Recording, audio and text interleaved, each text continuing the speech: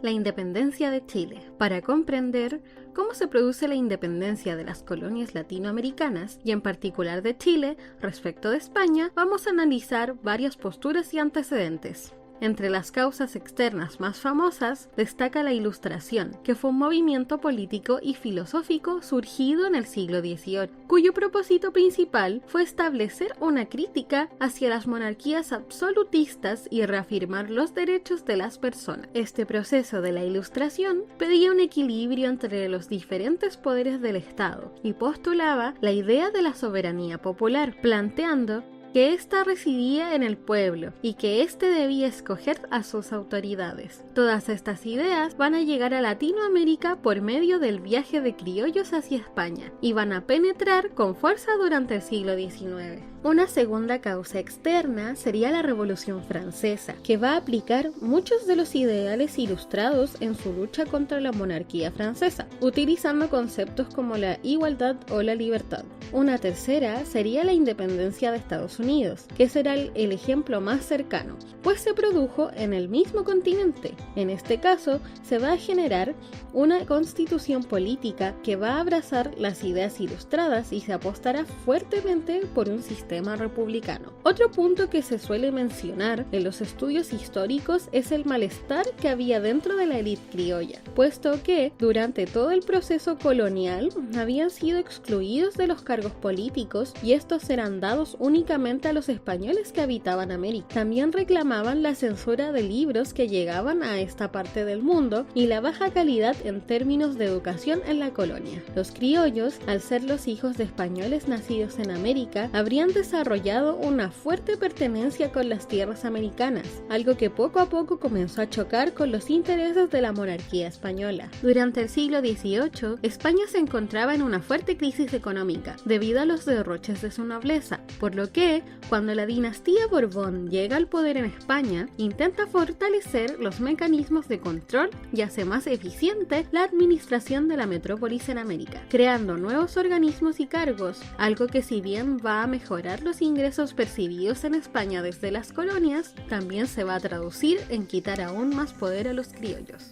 Un último elemento que puede mencionarse como un antecedente de la independencia es la captura de Fernando VII, el rey español, por parte de Napoleón Bonaparte en 1808, quien termina poniendo como rey a José Bonaparte, conocido como Pepe Botella. A partir de esto, en España se formaron juntas de gobierno para gobernar las colonias americanas en ausencia del rey, las que desembocaron en el Consejo de Regencia. Cuando estas noticias llegan a América, hay sectores que están de acuerdo con respetar a las autoridades españolas en ausencia del rey y otros que plantean que puede establecerse un gobierno independiente mientras Fernando VII queda libre, pues la lealtad de las colonias era únicamente hacia él.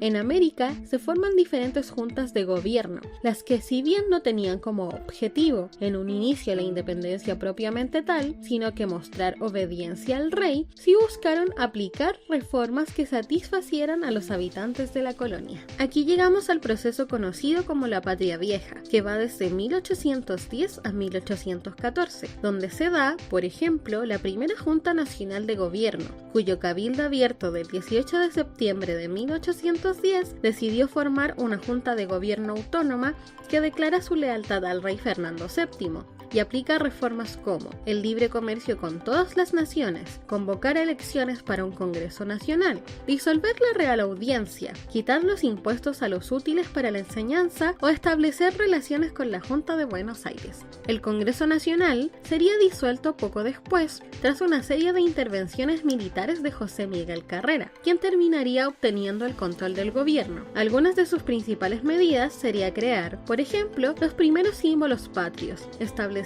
relaciones diplomáticas con Estados Unidos, dictar el reglamento constitucional de 1812 y crear el primer periódico nacional, cuyo nombre fue La Aurora de Chile.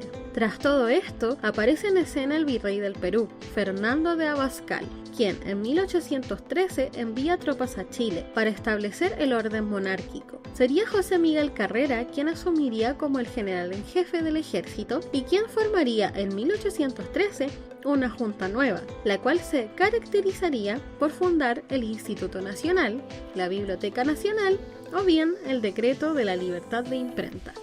El sector de los patriotas sería derrotado en Rancagua en 1814 y los realistas tomarían control de Santiago, dando fin al proceso conocido como la Patria Vieja y dando inicio a la Reconquista. Durante la Reconquista, Fernando VII recupera el trono de España y lo primero que hace es poner fin a las decisiones autonomistas tomadas en América en su ausencia. Por ejemplo, se reabre la Real Audiencia, se cierra el Instituto Nacional y la Biblioteca Nacional, se pone fin a la libertad de comercio, etc. A raíz de todo esto, en Mendoza se va a organizar el Ejército de los Andes, con el objetivo de garantizar la independencia de Chile y Perú, siendo liderado por Bernardo Higgins, Ramón Freire y José de San Martín. También se organizan guerrillas para dispersar las fuerzas del rey, donde va a destacar la figura de Manuel Rodríguez. Este proceso de la Reconquista va a finalizar en 1817, con la batalla de Chacabuco, donde triunfan los patriotas. Por último, llegamos al proceso conocido como la Patria Nueva, que va desde 1817 a 1823, siendo este el proceso de consolidación de la independencia.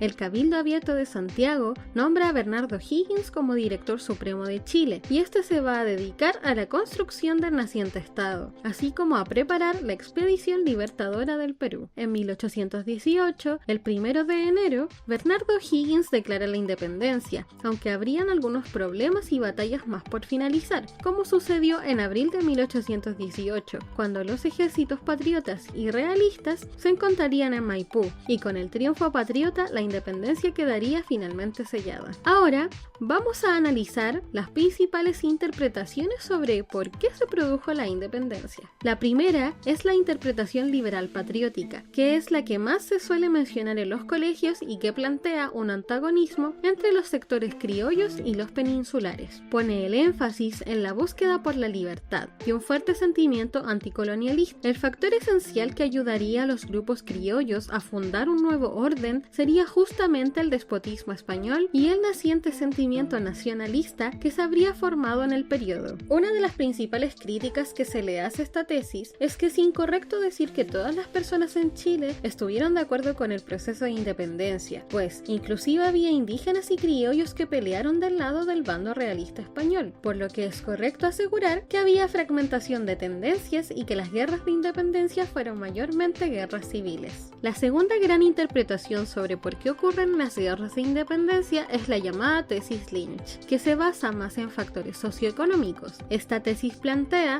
que es extraño que durante los siglos XVI y XVII no hubiese mayor oposición a los designios españoles, por lo que es importante preguntarse, ¿cómo cae el sistema tan rápido tras la captura de Fernando VII? Se plantea que el factor más importante es la llegada al poder de los Borbones en España, porque realizan reformas que transforman el vínculo con las colonias y subyugan aún más a las élites criollas. Estas reformas ponen trabas burocráticas al acceso a los cargos por parte de los criollos, buscan que las producciones de las colonias vayan directamente a España, sacrificando las colonias para levantar a la metrópolis. El punto central de esta tesis es el impacto de las reformas borbónicas en América, pues las élites se sienten desplazadas y comienzan a pensar que quizá estarían mucho mejor sin la corona española. La crítica más común que se le hace a esta hipótesis es que también apunta a una lucha entre dos bandos separados, cuando ya establecimos que no fue así. La última interpretación se conoce como coyunturalista y su planteamiento central es que la independencia no se habría producido si no fuera por la captura de Fernando VII